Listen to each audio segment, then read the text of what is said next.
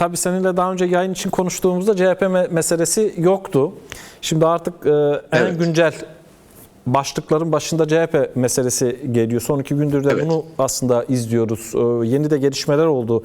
Hem Kılıçdaroğlu, Özgür Özel telefonla görüştü. Başından beri aslında ne Özgür Özel yönetimi, haydi meydanlara çıkalım, işte darbe falan dediler ama buna denk düşen bir mücadele hattı da belirlemediler. Kılıçdaroğlu da yani çok daha böyle sakin yönetmeye çalışıyor. Belli ki bir pazarlık kapı kapalı arasında pazarlıklar devam ediyor. Nasıl görüyorsun? Nedir? Bu nasıl bir durum? Nasıl bir operasyon? Nerede durur ya da durmaz? Şimdi bu tabii durmaz. Bu Türkiye'de 2015'te barış sürecinin buzdolabına kaldırılması lafından sonra girişilen yeni rejim inşasının önceden planlanmış ve devamı da plan çerçevesinde yer alan bir noktası. Bunun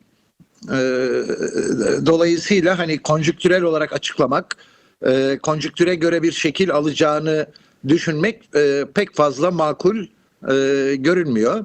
Yani şu anda işte bayram öncesi bir 9 günlük bir tatilden önce verilmiş bir karar, ilan edilmiş bir karar olarak bu süre içerisinde toplumdaki etkilerini iktidar tartıp ölçecek ve hazırladığı hamleleri de ona göre yeniden takvimlendirecektir. Burada tabii kritik olan CHP'nin şimdi tabii CHP'den bahsedince de hep ikili konuşmak zorundayız. Şu anda bir resmi genel başkan var ama bir de seçilmiş görevden alınmış olsa da genel başkan var. Bu ikisinin hem ekibin hem kendi iç planları hem de birbirleriyle diyalogta neye karar verecekleri, örneğin gerilimle mi çözme, bir arayol bulma eğilimi mi baskın gelir, bunların buradaki gelişmelere göre iktidar da kendi yeni hamlelerini yapacak. Bahçeli'nin sürece müdahil olması da iktidarın meseleye bakışı açısından bize önemli ipuçları veriyor. Ali, peki iki nokta var. Bir, yani birleşik CHP'yi mi göreceğiz, parçalanmış bir CHP mi göreceğiz? Bu CHP açısından, Türkiye siyaseti açısından işte seçim meselesi konuşuluyor. Bu bakımdan önemli. Neyi tercih ederler? Önce bunu sorayım. Bir diğeri tabii iktidarın kafasındaki plan tam olarak nedir? Yani sadece seçim için mi bunlar yapıldı ya da az önce ifade ettiğin yeni rejimi hayata geçirmek için bu kaçınılmaz bir planın parçası mıydı? Şimdi yani birleşik CHP mi ikincisi mi? Şu anda pratikte meydana gelen manzara şu: resmi genel başkan elbette bir kadrosu var. Fakat milletvekilleri arasında ciddi bir azınlık düzeyinde görünüyor. Tabanın duygusal dağılımı açısından da böyle. Kılıçdaroğlu hakkında bu süreçte 2 yıl içinde söylenenlerin, eleştirilerin dozu, tarzı, içeriğinin yarattığı aşırılık, bu içeriklerin aşırılığının yarattığı sebeplerle duygusal olarak kendisini savunmaya çalışanlar var ama bunların da önemli bir kısmı politik olarak konumunu uygun bulmuyorlar aslında. Böyle bir tarafı var. Hal böyleyken resmi yetki partinin şu anda taban itibariyle de, organizasyon itibariyle de parlamenter düzlemdeki delegasyon ve temsil itibariyle de en zayıf kişisinde ve ekibinde. Ekrem İmamoğlu'nun İstanbul'daki yapıp ettikleri nedeniyle Türkiye'deki umut bağlanan gücü zaten malum. İktidar bunu ona yönelik davalarla azaltmaya çalıştıysa bile burada CHP tabanı itibariyle bir başarı elde etmediği gibi hatta o tabanın bir anlamda İmamoğlu eğilimini güçlendirdi bile. Keza Özgür Özel bu baskı süreci içerisindeki tutumuyla hem de belki de iktidarın beklemediği bir şekilde Kürt meselesine ilişkin iktidarın yürüttüğü prosedürde işin selamete ermesi, makul bir sonuca varabilmesi için engelleyici değil, teşvik edici, hatta ortak olma arzusunu ortaya koyan bir tutum sergiledi ki bu hani Türkiye'de yükselen Kürt karşıtı yeni nesil şehirli, eğitimli, ırkçı kesimin hedefine girmesine rağmen bunu yaptı. Dolayısıyla bir Birleşik CHP görme ihtimali çok yüksek görünmüyor. Bunu yükseltecek tek kişi Kılıçdaroğlu'nun kendisi. Kılıçdaroğlu birçok başka öneride de var. Bahçeli de benzer bir şeyi söyledi. Hızla kurultaya gidip kurultaydaki durumu sonucu da razı geleceğinde, çünkü hızla kurultaya gitmesinde sonuç bellidir. Özgür Özel ve Ekrem İmamoğlu ikilisinin çekip çevirdiği, yönlendirdiği ekip ve delegasyon baskın çıkacaktır orada. Bu Birleşik CHP'yi yaratır. Hatta Kılıçdaroğlu'na da saygın bir çekilme alanı da açar.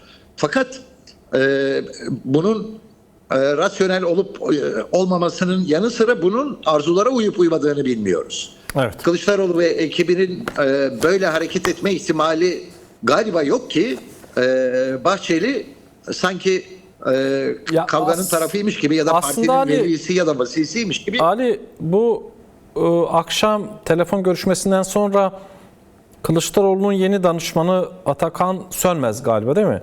Açıklama geldi. Yani evet, telefon görüşmesinin verimli geçtiğini, Kılıçdaroğlu'nun partiyi bir an önce kurultaya götüreceğini, bu arzuda olduğunu söylemiş Özgür Özel'e. Özgür Özel de bundan memnuniyet duyacağını, bunu memnuniyetle karşılanmış. Arkadaşlarımla konuşacağım demiş. Yani demek ki bir nokta bulmaya çalışacaklar eğer yani bu şekilde devam ederse. Şimdi bu epeyce bir üzerinde bundan sonra da konuşacağımız, tartışacağımız mesele, ama şimdi Kürt meselesinin çözümünü bu yeni durum nasıl etkiler, nasıl belirler? Benim aldığım bilgiye göre Kılıçdaroğlu da yani yakın ekibine süreci desteklediğini, projelerin olduğunu, özellikle Devlet Bahçeli'nin rolüne atıfta bulunarak Devlet Bahçeli'nin söylediklerine katılıyoruz, destekliyoruz ve sürecin nihayete ermesi için Sayın Öcalan'ın koşulları da dahil olmak üzere bunların sadece düzeltilmesi değil, ne gerekiyorsa bunun olması gerektiğini söylemiş. Şimdi buradan da yola çıkarak AKP'nin veya MHP'nin bir yol haritası var. Yani bu yeni durumla birlikte hem Sayın Öcalan statüsü hem de yasal ve hukuki düzenlemelerle ilgili. Bu konuda yazılar da yazdın sen. Nedir hükümetin kafasındaki fikir, Cumhur İttifakı'nın kafasındaki fikir, ya da Bahçeli ile Erdoğan ayrışıyor mu? Artık bu elimizdeki metin, yol haritası hem Bahçeli hem Erdoğan hem güvenlik bürokrasisinin ortak görüşü müdür? Bunu biraz açabilir misin, yorumlayabilir misin? Şimdi bu Bahçeli'nin o son metni devletin en az 4 biriminin yüksek kurmay heyetleri ve yine üst düzey akademik destekle hazırlanmış bir metin. Bildiğimiz, alıştığımız Bahçeli sözleri var içinde, fakat onlar baskın değiller. Tabii her şey yine Bahçeli'nin o bildiğimiz, alışıldığımız söz ve tasarımlarına, yani milliyetçi, muhafazakar, büyük Türk milleti formülüne bağlanıyor. Fakat hem hukuki durum çok ayrıntılı ve incelikli düşünülmüş, hem bir diplomatik üsluba çok özen verilmiş, anlamın nerede kesinleşeceği, nerede muğlak kalacağı belirgin bir şekilde kararlaştırılmış. İşte sürecin küresel plandaki diğer süreçlerle karşılaştırılması, özellikle Öcalan'ın gücü, fonksiyonu, nitelikleri tanımlanırken çok iyi yapılmış. Yani İrlanda ve İspanya örneklerine, yani Bask ve İra meseleleri ekseninde. Fakat bütün bunlar yapılırken bir etraflı bir yol haritası da ifade edilmiş. Fakat bütün bunlar yapılırken sanki hani işte karşı taraf üstüne düşeni yaptı, ki bu da dökümlenmiş içinde. Hani bir tek eksik var, işte Öcalan'ın sözünü tuttuğu ve gücünü gösterdiği tariflenirken bir listede verilmiş. Hani söylenmeyen tek şey sadece PKK'nın Türkiye'den çekildiği değil, Türkiye sınırındaki üst bölgelerini de tamamen boşalttı. Bunun pratik anlamı hani çünkü şöyle bir yan propaganda da yürüyor aslında, tasfiye yok, numara yapıyorlar, her şey bir tiyatroydu, sanki o 30 sembolik 30 kişilik gösteri dışında bir şey yapılmadı gibi bir beyanat vardı. Öyle olmadığını hem söylüyor hem bu noktayı ifade etmiyor.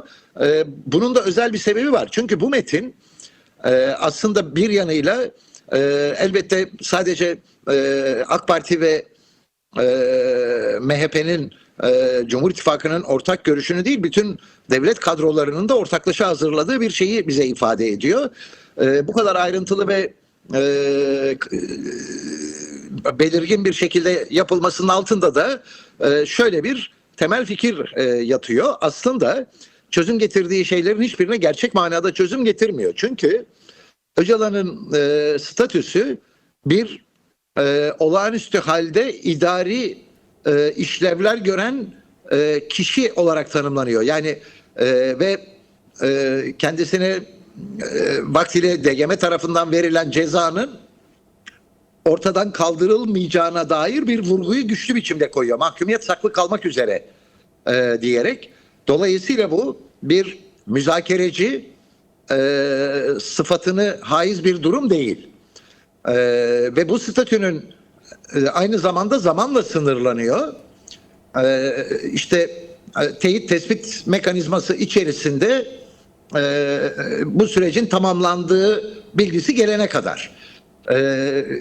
Ondan sonra peki bu değişecek mi? Buna dair taahhüt olmayan, vaat olmayan ama sadece umut ışığı yakabilecek belirsiz cümleler serpiştiriliyor metnin içerisine. Şimdi bu ara dönem içerisinde işte kendini fesih kararı alan PKK'nın lideri Abdullah Öcalan'ın statüsünün hukuki olarak değil, idari olarak düzenlenmesi, bir tür idari görevli sıfatıyla, bunu da söylemeden konumlandırılması bu süreç içinde yapılacak iş ve eylemleri hukuki olarak sorumlu hale getiriyor. Ve devamı içinde bir güvence verme eğilimi olmadığına dair güçlü bir kanaat oluşmasına yol açıyor. Ve diğer süreçle ilgili metinlerin aksine hem Erdoğan'ın hem Bahçeli'nin, çünkü diğer birçok beyanat ve açıklamalarında Kürt-Türk ittifakı, Kürt-Türk kardeşliği, Erdoğan buna Arap kardeşliğini de ya da ittifakını da ekler. Erdoğan'la şey arasındaki tek fark bu aslında. Arzu Yılmaz'ın da işaret ettiği gibi bu fikir ona aittir. Erdoğan ittifakı Arap telaffuzuyla beraber alırken Bahçeli Türk-Kürt ittifakı olarak görüyor. Bu metinde bu ifadelerin hiçbiri yok. Sadece Kürt kelimesi bir kere geçiyor ve bu bir kere de Öcalan'ın Kürtlerin temsilcisi ve lideri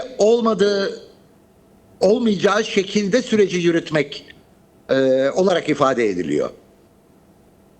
Dolayısıyla sanki siz bu süreci tamamlayın, kalanı sonra hallederiz türü bir özete indirgeniyor iş. Hani baştan söyledim, işte diplomatlar, güvenlik bürokratları, hukuk bürokratları, akademisyenler, sosyologlar bu metni hazırlıyor. Örneğin Öcalan'ın tanımına ilişkin Weberian terimlere başvurma ve bunun çok ustaca konumlanması öyle Türkiye Akademi ortalamasının hayli üzerinde bir akılla bu işe bakıldığını gösteriyor. Ele alındığını, yani bu metnin. Ama dönüp indirgeyecek olursak metin çok eski, en çok Alparslan Türkeş'in söylediği bir formülün güncel ve nazikçe ifade edilmesi niteliğini taşıyor. Ve taahhüt ve vaat olarak da devletin yükümlülükleri yer almıyor. Sadece hani bu gerçekleşirse Bunlar da olur. Türk eşin Peki. sözü şuydu, hani gelsinler Türk yargısına teslim olsunlar, adaletine. Ali, şimdi- Sonra eksikler, haksızlıklar varsa devlet düzeltir. Bu sanki bunun Dönüp- daha nazik, daha güncel ve hani Öcalan'ı da ikna edecek şekilde retorik olarak düzenlenmiş hali. Ama içerik olarak bakılırsa bunun Öcalan perspektifine epey uzak olduğunu söylemek mümkün. Ali, buradan yola çıkarsak, devam edersek, yani buradan beklentiler bir tarafa ama sürecin devamı veya yürüyebilmesi için bu işe yarar mı bu yöntem? Yani yasal düzenleme bekleniyordu, hukuki düzenleme bekleniyordu, Sayın Öcalan'ın statüsü bekleniyordu. Dolayısıyla bu metne baktığımızda bu metin ne kadar bunlar yapabilir? Eğer bu hükümetin, devletin, Cumhur İttifakı'nın ortak metni ise, öyle söylüyorsunuz siz, dikkatlice hazırlanmış. Yani Türkiye'nin, Ankara'nın yol haritası buysa buradan bir şey çıkar mı? Şöyle, hani ortak metin olduğunun önemli delaletlerinden bir tanesi de sürecin bir kurumsallığa bağlanması. Sanki işte bir yasama grubu oluşturulacak. Tamam, zaten bir tane mevcut komisyon var. Bunun süreçle bağlantılı bir komisyon olarak var olması yine düşünülmüş. Bir de yürütmedeki komisyon deniyor. Fakat yürütmedeki komisyon aslında iki komisyon. Birisi gizleniyor. Bir tanesi bakanlardan oluşuyor. 5 bakan. Yani sanki işte koordinatör olarak Abdullah Öcalan, yasama komisyonu ve bir mini bakanlar kurulu. Mini bakanlar kurulunun içerisine de bir güvenlik bürokrasisi yerleştiriliyor ki yetki aslında ve yönlendirme bunlarda olacak. Şimdi bu hem bir yanıyla Öcalan'ın fonksiyonunu gizleme hem de denetim altına alma fikrini taşıyan bir tasarım. Bu ortak bir tasarım.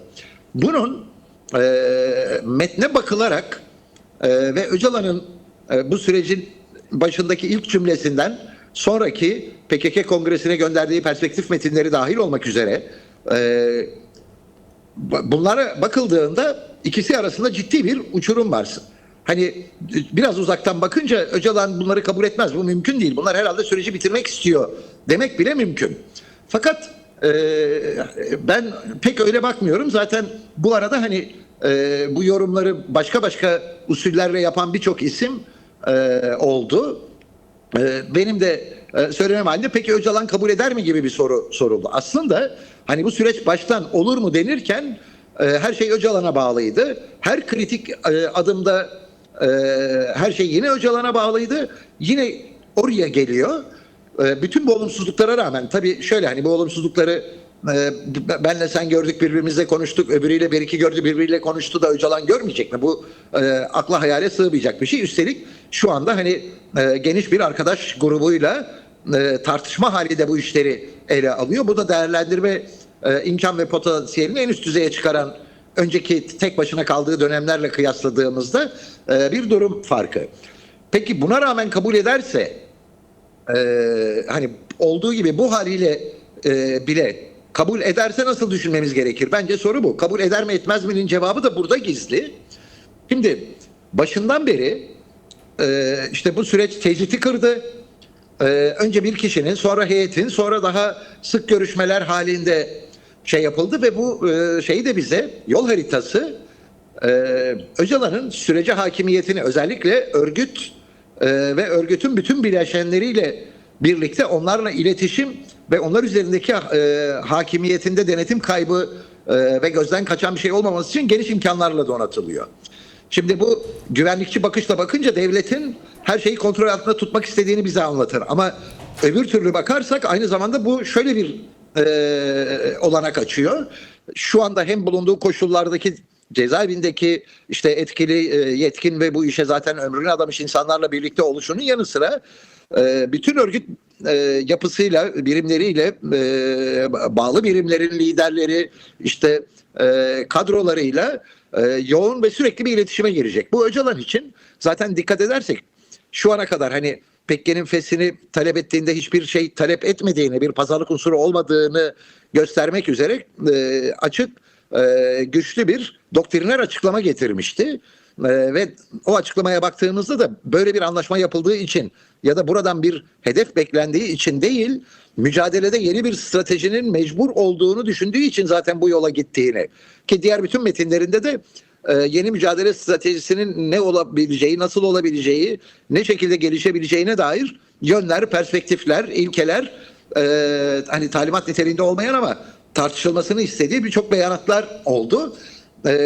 Bu metinde öngörülen, devletin yol haritasında öngörülen mekanizma kurulduğunda bu çok güçlü ve yoğun bir hale gelecek. Bu aynı zamanda eğer bir pazarlık unsuru olarak da görmüyorsa Öcalan için mücadelenin bundan sonraki safhası, yani Türkiye'deki işte parlamenter ve sivil düzlem, Suriye'deki entegrasyon süreci içerisinde işte Kürtlerin yoğun yaşadığı her yerdeki ve İran'daki olası gelişmelere göre oradaki stratejiler açısından görüşlerini, perspektiflerini, önerilerini, yeniden örgütleme modellerini anlatabileceği, aktarabileceği, doğru anlaşılıp anlaşılmadığını test ve teyit edebileceği yoğun bir iletişim imkanı bulmuş olacak. Bu metindeki kapalılığa rağmen kabul ederse öncelikle bu eksen üzerinde kendi işine yarayacağını ve işte kendi mücadelesinin ve mücadele arkadaşlarının ve elbette Kürt halkının işine yarayacağını düşündüğü için yapacaktır. Ha bir de biz bu sürece ilişkin açıklanan şeyler konuşulan şeylerden ibaret değil. Bunun arka planını biz bilmiyoruz. Dolayısıyla bilmediğimiz şeyleri veri kabul ederek yorum yapamayız. Ama hani belki de başka bazı karşılıklı diyaloglar, taahhütler söz konusudur. Bunları da bilemeyiz.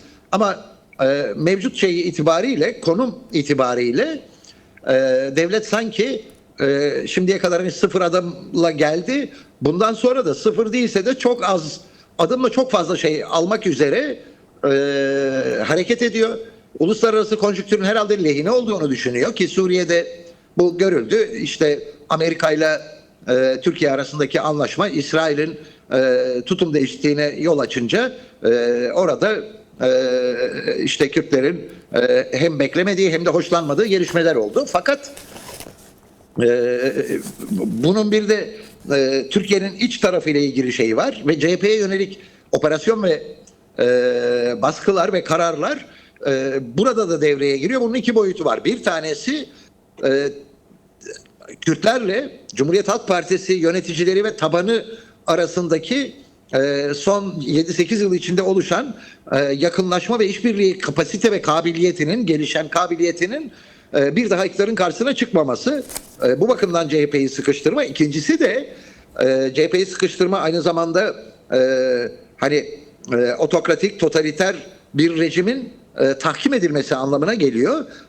Bu gidişatın kendisinin hem Öcalan'da hem Kürt politik aktörlerinde, DEM Partisi dahil olmak üzere, işte entelektüel camiası, diasporası tamamı dahil olmak üzere yaratacağı rahatsızlığı da bir tür koz olarak iktidar sanki kullanıyor. Dolayısıyla bütün bu süreçler birbiriyle çok yakından bağlantılı. Yani CHP operasyonu CHP'nin bu süreçte devleti daha çok adım atmaya yönelik bir baskının ortağı olmamasını sağlıyor bir yandan. Aynı zamanda diğer toplumsal mücadele kesimleriyle ilişki ve işbirliği ve örgütlenme kapasitesini yükseltmeyi bütün aktörler için zayıflatıyor. Koca CHP sadece kendisiyle ve davalarla meşgul. Bu aynı zamanda hani iki potansiyel müttefiki bir daha yan yana getirmeme mantığını da taşıyan bir hareket. Ama en temeli hala bir otokratik, totaliter yapının tahkimi. Hem süreç bu mantıkla yürütülüyor hem CHP'ye yapılanlar bu mantıkla yürütülüyor. Tabii ki bütün Türkiye'nin bütün politikaları doğal olarak temelde bir Kürt realitesine dayanarak geliştirilmek zorunda. Şu andaki tercih edilen ittifak yolunun nihai durumunu da benim kanaatime göre Ankara'daki NATO zirvesi ve İran'la ilgili gelişmelere göre şekil alacak. Örneğin hani demin değerlendirdiğimiz ve olumsuz bulduğum ki yalnız değilim biliyorsun birçok insan bunu yaptı. Örneğin Ertuğrul abinin, Ertuğrul Kürkçü'nün analizi de bu perspektif hedefe yakındı. Fakat bu gelişmelerde olacak bir değişiklik bunu çok bambaşka bir yöne çevirebilir. Süreci bitirmek dahil olmak üzere birçok yola rahatlıkla çevirebilir. Bahçeli'den adlı adınca bu metinde hiç dile getirilmeyen umut hakkının çok geciktiğini, bir an önce yasalaşması gerektiğini bile duyabiliriz. Ama dediğim gibi bunların tamamı atılan her adımdan sonra o adımı etkileyen gelişmelerle çok yakından bağlı. Ali, şimdi bir cümleyle rica edeyim. Hep böyle işte Mart, Nisan falan deniliyordu ya, işte somut adım atacağız diye. Şimdi de bayram sonrasına havale edildi. Haziran'a havale edildi. Bir cümleyle ne öngörüyorsun? Gerçekten işte CHP operasyonu da oldu. Bayram sonrası Ankara bir adım atar mı? Şu ana kadar CHP operasyonuyla beraber de düşündüğümde Ankara'nın hazırlandığı atacağı adım şu: bu yol haritasında yapılan kurumlar hızla oluşturulacak ve başka bir gidişat mümkün değilmiş duygusu yaratmaya çalışılarak uluslararası gelişmeleri de kullanarak Öcalan'ı buna razı etmek olacak. Ama bu strateji çok uzun ömürlü olmayabilir. Buna rağmen, bütün sorunlara rağmen Öcalan zaten bunu kabul edebilir ve kabulden sonraki süreç yine Türkiye'nin istemediği gibi de gelişebilir. Bunu bilmiyoruz. Ama sanki Türkiye ilk iş olarak buna zorlamaya çalışacak. Öte yandan NATO bağlantılı bir Trump'ın Erdoğan'la yakın ilişkisini de düşündüğümüzde Çin seyahatini de bu işin içerisine eklersek çok daha büyük ve tehlikeli bir pazarlığın dönmüş olabileceğini ve bu konuda karar alınmış olabileceğini düşünmek gerekir. O da Çin'e Tayvan'ı verip Çin'in İran'la dayanışma ve desteğini geri çekmesini sağlayarak Türkiye'nin de İran'a karşı İsrail ve Amerika ile hareket etmesini sağlayarak Kürt meselesinde güvenlikçi politikalara mutlak dönüş değilse bile yarısı güvenlikçi, yarısı da baskıcı olan en aşağı kazanımlara razı etme stratejisi yürürlüğe girebilir. Peki. Ali Topuz, çok teşekkürler. İyi akşamlar diliyorum. Sağ olun.